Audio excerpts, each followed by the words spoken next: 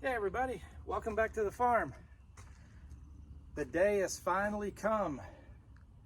Gonna be loading the 3-year-olds up on here, taking them up to Ohio.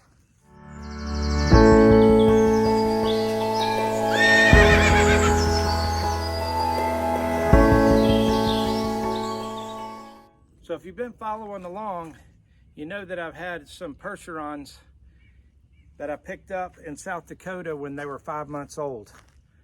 And I have just been working with them on the ground for the past few years, and they are going to be 3 next week.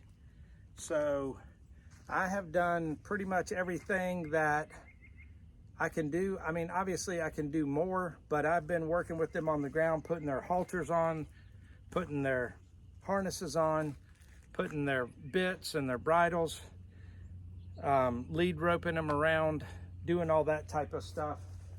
A little bit of ground driving,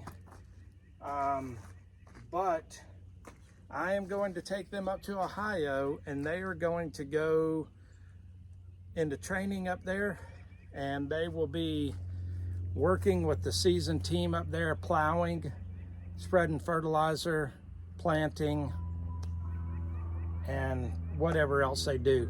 The amount of stuff that they can subject them to up in Ohio versus the amount of stuff that I can subject them to down here on light loads is night and day difference. It would take me several years to subject them to what they're going to be subjected to up there in about 60 days. So I'm going to load them up in the morning and head on up to Ohio. They are going to an Amish farm. The farm, when I started going to the Amish communities a couple of years ago, I just assumed that the Amish trained their own horses, that all the Amish trained their own thing, because they all make harnesses. They all seem to make furniture. They're just all extremely talented. But these guys actually train black Percherons, or Percherons in general, for the Amish community, and they are Amish. So they're very well regarded and respected in the Amish community. And so I got on their books about 18 months ago and was going to take them in January originally. But when I spoke with the son, he said, just bring them up in March and we'll just put them right to work, working out in the fields. So they're going to get worked every other day, 4 days a week, and then they'll have a day off in between, and they'll hook them with a seasoned team or a seasoned horse until they eventually get enough experience to where they hook them together and they start driving them together. But as I said, the amount that they can subject them to versus the amount that I can subject them to is night and day.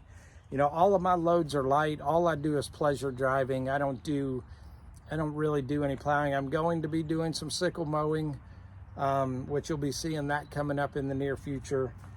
But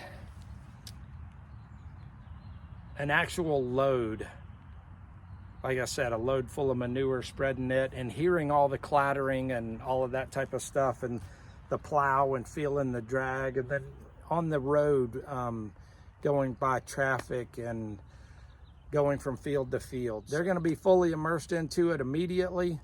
They'll be totally different animals when they come back. I'll be able to get them and just start driving them. So I'm going to hook this up to my new truck, which I'm about to show you, and then I'll show you the girls. So this is my new truck, new to me. I had a 2007 F-150, and a lot of you said, why are you pulling a 20-foot gooseneck trailer with an F-150? Well, because it's what I had. That's why. Pure, plain and simple. So I picked this up a couple of months ago. It's a 2006 F-350 diesel. This truck was owned by an elderly gentleman, and he bulletproofed it for reliability, not hot rod ability. It's 2-wheel drive. I didn't need 4-wheel drive because my farm is the extent of my off-roading. I'm a flatlander, guys. I'm not an off-roader. So I didn't need 4-wheel drive.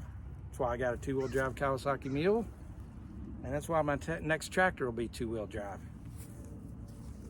But this truck had 180,000 miles on it, and it had been gone through, and everything had already been done to it for reliability. Like I said, it had been bulletproofed already, and it's in really good shape. I didn't know if I was gonna like driving the 350, but I actually enjoy it. I heard a bunch of horror stories. Oh, it's gonna be terrible unloaded. It's gonna be super rough and super bouncy and blah, blah, blah, blah, blah. And it's really not. It's really extremely comfortable. My other truck, like I said, was a 2007, and this a 2006, so I'm actually going backwards.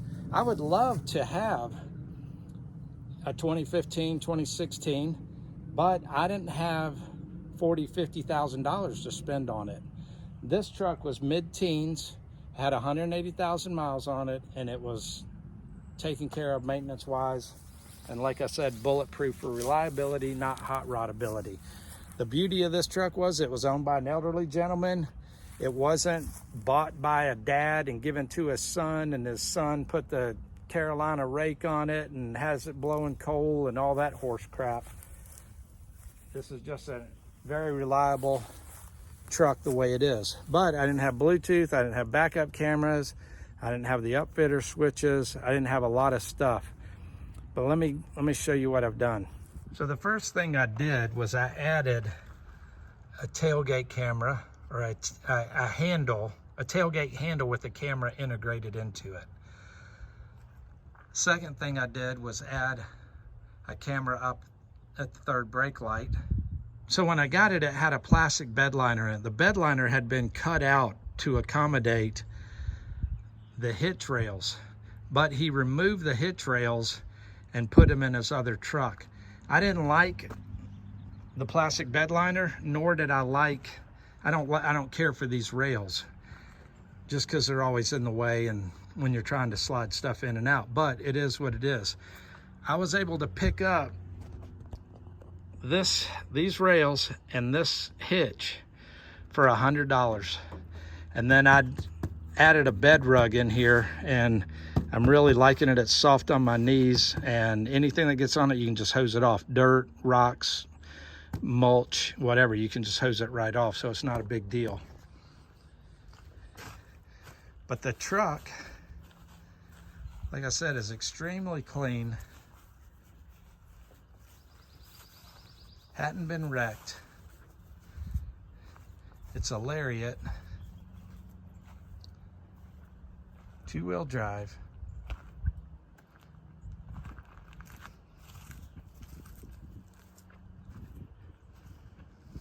I'm getting about 15.5 miles to the gallon. I don't know what I'm getting under a tow. I haven't towed with it yet, but it's extremely clean.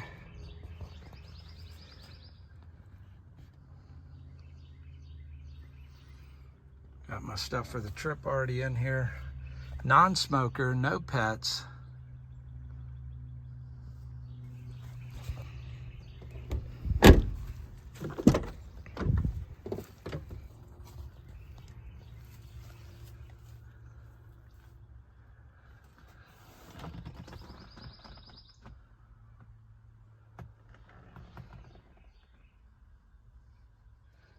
So what I did was I added this 10-inch tablet in here.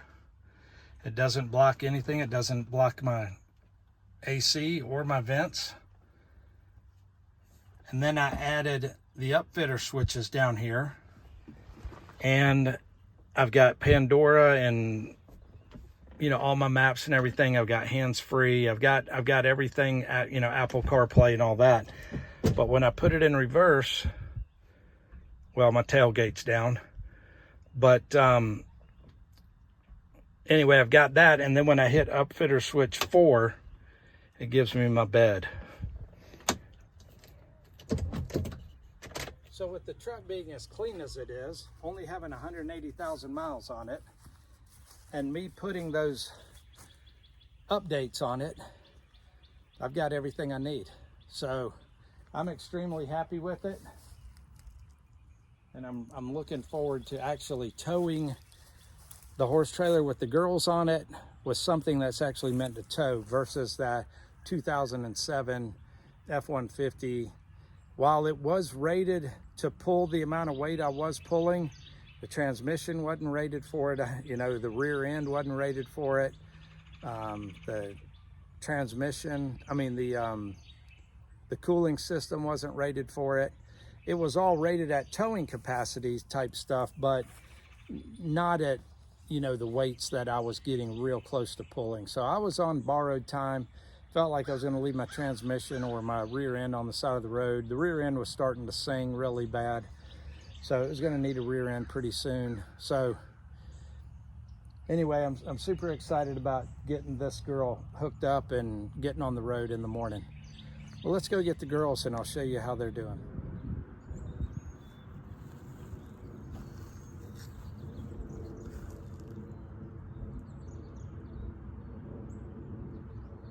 So here's Jean and Grace. It's been a while since you've seen them, but they're gonna be 3 next week, like I said earlier. Look how beautiful Jean is.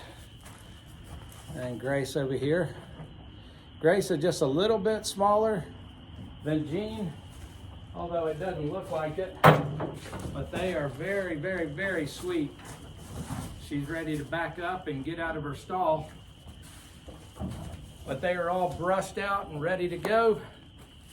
We'll load them up in the morning at about 4:30 after we feed them, and then head on up to Ohio. So there those beautiful girls are. I'm excited about getting them up there to Ohio and getting them busy working, and it'll be a lot more enjoyable when I get them back in a couple of months. They'll be almost seasoned vets by then.